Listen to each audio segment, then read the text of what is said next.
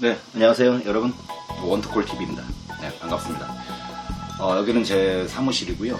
오늘 일을 좀 끝내놓고 유튜브 편집한 다음에 사무실에서 이렇게 또 카메라를 켰습니다. 여러분들을 빨리 만나보고 싶은 심정에서 이렇게 또 영상을 하나 찍게 됐습니다. 모두 여러분들 덕분입니다. 여러분들은 삶이 힘든 적이 있으세요? 우여곡절과 굴곡과 다양한 인생사가 이 세상에 존재하는 것 같습니다. 저 또한 마찬가지고요. 저는 이제 5학년이 됐고요. 나이가 이제 50이고 첫째는 중학교 3학년이 되죠. 이제 중학교 3학년이 되고 둘째는 중학교 1학년이 됩니다. 네, 평범한 대한민국의 가장이자 자영업자로서 열심히 하루하루 생활하고 있습니다. 저 같은 경우는 지금 원룸 소형이사를 전문으로 하고 있는 작은 용달차를 가지고서 그렇게 일을 하고 있는데요. 제 상호명이 원투콜이에요. 여기도 지금 이제 제가 명찰을 달고서 촬영을 하고 있는데 원투콜입니다. 원투콜의 탄생 비화에 대해서 사람들이 많이 이제 궁금해하세요. 왜냐면은 제가 느닷없이 새 차를 가지고서 즐거운 마음으로 일상에 다시 복귀한 게 불과 3년 전뿐이 안 됩니다. 그 전에는 제가 쫄딱 이렇게 됐죠. 그 당시에는 제가 직원이 8명이었던 이삿짐 업체에 요즘 말로 CEO죠. CEO. 한 달 월급이 한 200만원 정도 나갔던 월급만. 그렇게 해서 잘 꾸리다가 파트너를 잘못 만나갖고 좀 안 좋은 기억이 있었습니다. 그래서 그 이후에 모든 걸 잃고 가족들은 원룸으로 이사를 하게 됐죠. 정말 그때 생각을 하면은 많이 어렵고 힘들었는데요. 삶이라는 게 이게 포기를 하지 않으면은 분명히 기회가 생길 수 있다는 것을 여러분들께 오늘 말씀드리고 싶어서 이렇게 나왔고요. 원투콜의 탄생 기한은 현대차그룹 기프트카로부터 시작이 됩니다. 제가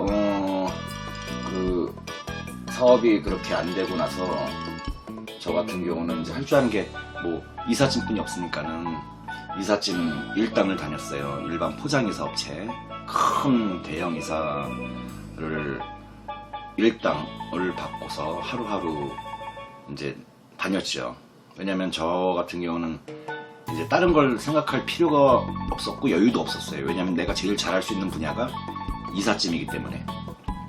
그래서 이쪽 저쪽 업체에 이렇게 불려다니면서 전화가 와요. 하루나 이틀 전에 어디로 가서 일을 하십시오. 어디 와서 같이 일을 하자. 이렇게 해서 전화가 오면은 그쪽 가서 일을 해주고 하루 일당을 받고 그런 식으로 다람쥐 쳇바퀴 돌듯이 약 한 7, 8개월 정도 이렇게 남의 집에 머슴살이를 했죠. 네. 그런데 제가 이렇게 가만히 현장을 다니다 보니까는 이삿짐이라는 게 대형 우리 포장이사 업체 큰 탑차 있죠. 5톤 탑차를 가지고서 하는 이사도 있는 반면에 혼자 사시는 분들, 학생분들, 그리고 작은 원룸, 기숙사 요런 분들의 이사 수요가 점점 높아지고 있다는 것을 제가 몸소 체험했습니다. 일을 하면서요. 그런데 물론 우리나라에 당연히 그 전에도 그런 작은 이사, 소형 이사 브랜드를 시켜갖고 체인화시키고 그러한 업종들이 많이 있습니다. 하지만 저는 저만의 장점을 한번 살려서 나만의 특화된 브랜드를 한번 만들어보자 해갖고 저는 한 7개월, 8개월 일당을 다니면서 그때부터 이제 사업계획서를 쭉 만들어 놓는 거죠. 저 같은 경우는 앞으로 어떤 식으로 영업을 해야 될지, 어떤 식으로 차별화를 둬야 될지, 그리고서 어떻게 그 고객을 내 편으로 만들고 제 고객이 될 수 있는지를 그때부터 연구를 하고 사업계획서를 차근차근 만들고 있었어요. 근데 문제는 여러분도 아시다시피 문제가 뭐예요? 이거예요. 이거 돈이 없다 보니까는 물론 하루 일당 13만원, 14만원, 15만원 받아요. 근데 일당으로 그렇게 일을 다니다 보면 이게 돈 모으기가 사실 쉽지가 않아요. 여러분도 아시다시피 한 달 월급 받으시는 분들이 뭐 200만원, 300만원, 400만원 받으면 그 계획에 맞춰서 지출 소비를 한단 말이에요. 하지만 그 일당으로 그 근 7개월, 8개월 다니면서 그게 돈이 안 모이고 또한 기존에 그 대출금 그리고 남한테 빌린 거 그런 걸 또 하나하나 까나가다 보니까는 이게 돈이 안 모이는 거예요. 근데 이삿짐에서 제가 생각하고 있는 그 소형이사의 가장 핵심적인 필수 장비는 용달차입니다. 1톤차, 작은 용달차 한 대. 그게 가장 기본적인 필요 조건입니다.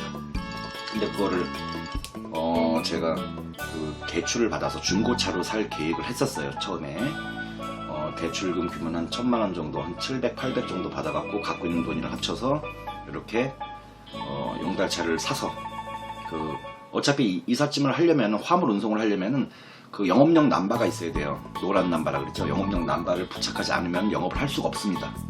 그래서 그 영업용 남바는 그 운수회사에서 렌탈하는 조건으로 한 달에 15만원, 20만원 지입료를 내고서 할 생각을 했는데 그래도 막 먹먹한 거예요. 그걸로 돈을 다 그쪽으로 들이면은 당장 지금 통장에 잔고가 없는데 그러던 찰나에 저는 우연찮게 그 현대그룹에서 차를 준다는 캠페인의 광고 영상이죠. 그거를 우연찮게 접하게 됩니다. 근데 저는 처음에 그랬어요. 야 무슨 자동차가 뭐 100만원, 200만원짜리도 아니고 응? 그 자동차를 주는 뜨거 죄송합니다. 그 자동차를 준다는 게 그게 말이 되냐고. 그거 다 짜고 치는 고스톱이냐고. 고스톱이라고 저는 그렇게 생각을 했죠. 근데 그래도 한번 알아나 볼까 한 마음이 굴뚝처럼 생긴 거예요. 저는 지금까지 뭐 로또 복권 사갖고 그 4등은 돼봤어요. 4등 5만원짜리 번호 4개 맞아갖고 그 4등은 한번 돼본 적이 있는데 안 돼요. 절대 안 돼요. 그런 요행을 바라는 일들은 저는 안 맞는 것 같아요. 그런데 그 광고를 그렇게 하니까는 현대그룹에서 야 저거 진짜 그룹 차원에서 저렇게 광고를 한다는 의미는 이거는 사기가 아닐 수가 있겠구나. 그 짧은 생각으로 이거는 가능성이 있어 보이는 게임일 수도 있겠다 해서 그날 PC방을 갔죠. PC방에 밤에 가갖고 거의 한 11시부터 거의 아침 새벽까지 그 기프트카 관련한 그러한 보도자료, 영상, 그리고 후기, 뭐 실제적으로 당선된 사람들의 그 삶의 현장 이런 영상들이 있어요. 그거를 거의 새벽 5시까지 다 봤던 것 같아요. 그리고서 제가 이게 나에게 이런 기회가 올 수도 있겠다. 그냥 나는 준비를 해왔으니까. 나는 용달차를 갖고서 소형이사를 할 수 있다는, 나는 그쪽에서 1등이 되고자 하는 욕구랑 준비를 하고 있었기 때문에 자신감이 있더라고요. 그래서 그 다음날 바로 전화했죠. 사무국에. 참고로 기프트카 그 차를 주는 주체는 현대자동차 그룹이고요. 현대차 그룹이라고 그러죠. 현대차 그룹이고 그 기프트카를 총괄 운영하는 그 사무 업무 대행은 초록우산 어린이재단이라는 곳에서 하고 있습니다. 네, 그쪽으로 바로 전화를 해갖고 제가 이러한 조건에 맞는 것 같은데 한번 들어보시고 괜찮습니까? 하니까 그쪽에서 사무국 직원분이 자격 요건이 된다고 하시더라고요.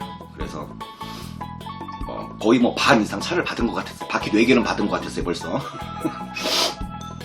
그래서 그날부터 이제 일당을 다니면서 차근차근 제가 미리 준비해온 그 작은 이사에 대한 사업 계획을 더 다듬기 시작했어요. 그리고 그 기프트카 사무국에서 요구하는 다양한 자료, 증빙 자료들을 하나하나 동사무소라든가 이런 데 다니면서 전부 다 이제 준비를 해와갖고 이제 그 사업 계획서, 그쪽에 맞는 사업 계획서를 다시 만들어서 그걸 우편으로 송부를 했습니다. 등기로 송부를 해서 저 같은 경우는 이제 확인을 항상 해요. 이제 아무리 등기가 발달이 됐었더라도 사고가 날 수가 있거든요. 사람 일을 아무것도 모르잖아요. 그래서 잘 받으셨다고 하더라고요. 그리고 거기서 한 보름인가? 한 달 안쪽으로 그 전국에서 그 서류 접수 전형자가 상당히 많은 걸로 저는 알고 있어요. 기프트카라는 그 캠페인은 현대차 그룹에서 그 사회공헌의 일환으로 1년에 약 30대에서 40대에 현대차 그룹이 생산하는 차를 무상으로 제공해주는 캠페인이에요. 이거 대박 아니에요? 매 분기마다 거의 뭐 6명에서 10명 사이 안팎으로 이렇게 선정이 돼서 그분들한테 차를 줍니다. 차는 뭐 그분들의 각자의 그 역량에 맞는 그 사업에 맞는 목적에 그 차를 주는 거고요. 뭐 작은 소형차부터 경차라 그러죠. 경차부터 뭐 스타렉스, 그 당시 스타렉스, 저같이 이제 화물 용달차 1톤차 이렇게 각자의 사업 군에 맞춘 그런 차를 무상으로 주는 그러한 캠페인입니다. 저 같은 경우는 당연히 1톤 용달차를 이제 체크를 하고서 그렇게 신청을 했는데 제일 어려운 게 1차 관문이라고 하시더라고요. 왜냐면 그 차 받을 사람들은 매 분기마다 뭐 6명에서 10명 정도인데 전국에서 몇백 명, 몇천 명이 지원하니까 그거 벌써 경쟁률이 얼마나 그 높은 거예요. 그러니까 저는 사실 이게 뜬구름이었죠. 어떻게 보면 처음에는 이거 정말로 나보다 정말 그 어려운 사람도 많고 그리고 나보다 정말 뛰어난 사람도 많은데 그래도 해보자. 응? 해보자. 예전에 그 현대그룹 그 명예회장 돌아가신 고 정주영 회장님께서 그런 말씀하셨잖아요. 이봐 자네 해봤어? 이봐 자네 해봤어? 예, 그 말뜻은 해보지 않고는 아무도 모른다는 뜻이에요. 그래서 저도 그 서류 접수 전형을 하면서 나는 했다.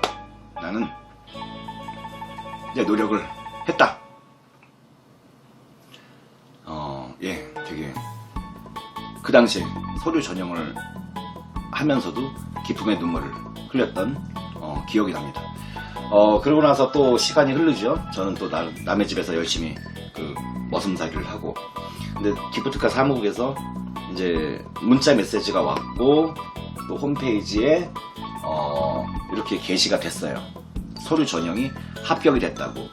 뭐 서류 전형이 합격이 된 것이라고 치면은 거의 그 합격자의 2배수를 뽑으니까는, 예를 들어서 그 실질적으로 차를 받는 사람이 뭐 5명이다 하면은 그 한 10명 정도를 서류 전형에 합격을 시키죠. 그래서 거기서 다시 이제 면접을 보러 가는 거예요. 네, 그래서 서울 그 강남 기프트카 사무국 그쪽으로 제가 면접을 가게 됩니다. 면접을 갔는데 심장이 그냥 터질라 그래. 심장이. 네, 정말 간만에 제가 3년 전에 받았으니까는 48에 받았나요? 7에 받았나요? 네.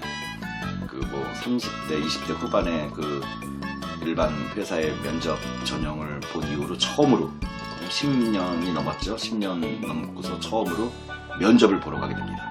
근데 면접이라는 게 좀 덜 뜨겁네. 네. 면접이라는 게 그냥 면접. 어떤 일을 주로 하고 계셨어요? 예. 앞으로 계획이 뭐세요? 이런 단순한 면접이 아니에요. 정말 면접실에 딱 들어갔는데 혼자 들어가요. 저 혼자 딱 들어가고서 앞에 면접관들이 6명인가 8명이 앉아 계시는 거예요. 저 혼자고. 그 얼마나 시선이, 사람이 눈이 2개잖아요. 그 6명이 앉아 계셨으면 12개의 눈이 저를 레이저를 쏘는 거예요. 야, 근데 정말로 심장이 터지려고 그랬는데 막상 또 나는 여기까지 왔어. 나는 할 수 있어. 라는 생각으로 중무장해갖고, 저는 솔직히 말씀드려서 면접 때 처음에 면접관님이 첫 질문을 할 때만 그렇게 떨렸고요. 면접 시작된 스타트 딱 시작할 때부터 끝날 때까지는 정말로 내가 자신감 있게 그렇게 면접을 봤던 그 사업계획서를 면접관들한테 알려드렸던 그러한 기억이 납니다. 그 면접이 딱 끝나고서 사무국 직원이 저를 딱 이제 에스코트 하시면서 나오시는 말씀이 정말 그냥 이러시는 거예요. 저는 딱 면접관 얘기 끝나고서 나올 때 아무 생각이 안 들고 머리가 하얘지는 느낌이 아시죠? 네. 머리가 하얘지는. 근데 그분께서 막 이러시니까 제가 모르게 잘 봤나요? 그러니까 그분께서 하시는 말씀이 마지막 멘트가 압권이었다 그러시더라고요. 마지막 멘트. 여러분들도 이제 면접 보실 때 다양한 면접관님들의 그 마지막 그 질문들을 알고 계실 거예요. 뭐 이런 식으로 대부분 말씀하시거든요. 끝으로 최종적으로 하고 싶은 말을 한번 해보십시오. 근데 이제 대다수 분들이 열심히 하겠습니다. 제가 차를 받게 된다면 정말로 최선을 다하겠습니다. 부탁드립니다. 뭐 이런 식으로 이제 대부분 말씀을 하세요. 근데 저 같은 경우는 이렇게 말씀드렸어요. 이 기프트카는 저에게 절대 끊어지지 않는 동아줄로 다가올 것입니다. 그러면서 제가 그 앞에 계신 6분의 면접관님 얼굴을 쭉 한번 훑어봤어요.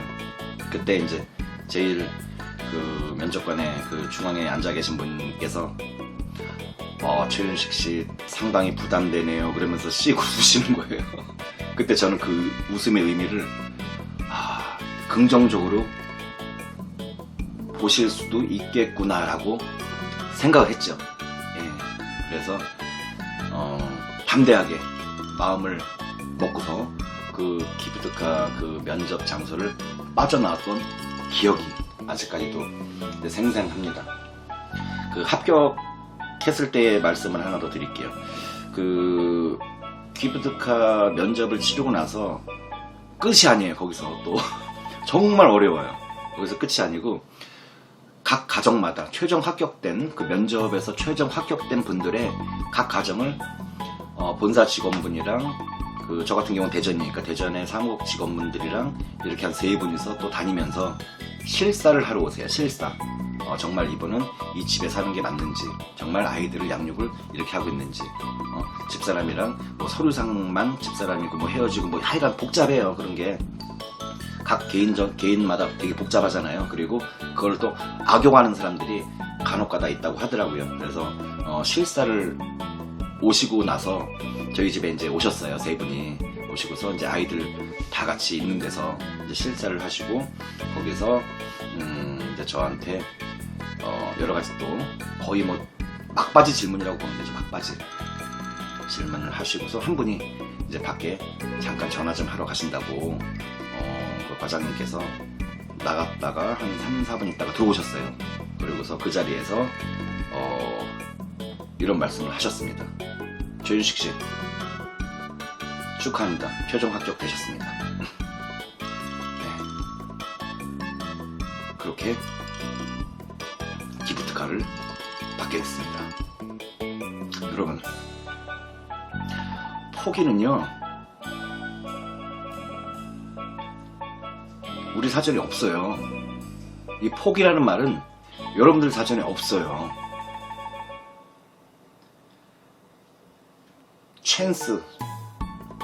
찬스라는 말 아시죠? 기회에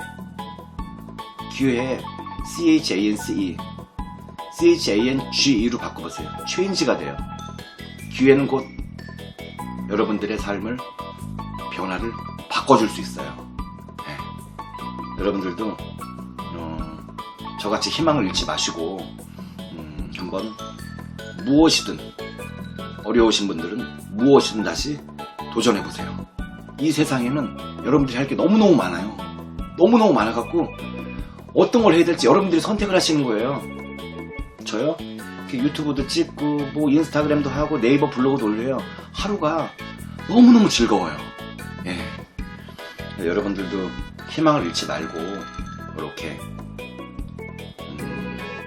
열심히 한번 살아가셨으면 좋겠다고 이제 제가 짧은 소견을 말씀드렸습니다. 기프트카 이야기를 했으니까 이제 기프트카가 최종 합격하고 나서 저 같은 경우는 이제 원투콜을 만들게 됩니다. 원투콜의 그 시작과 처음에 어떻게 진행이 되는 건지는 제가 이 다음 영상에서 원투콜의 탄생 비화를 다시 한번 2탄으로 설명드리겠습니다. 감사합니다.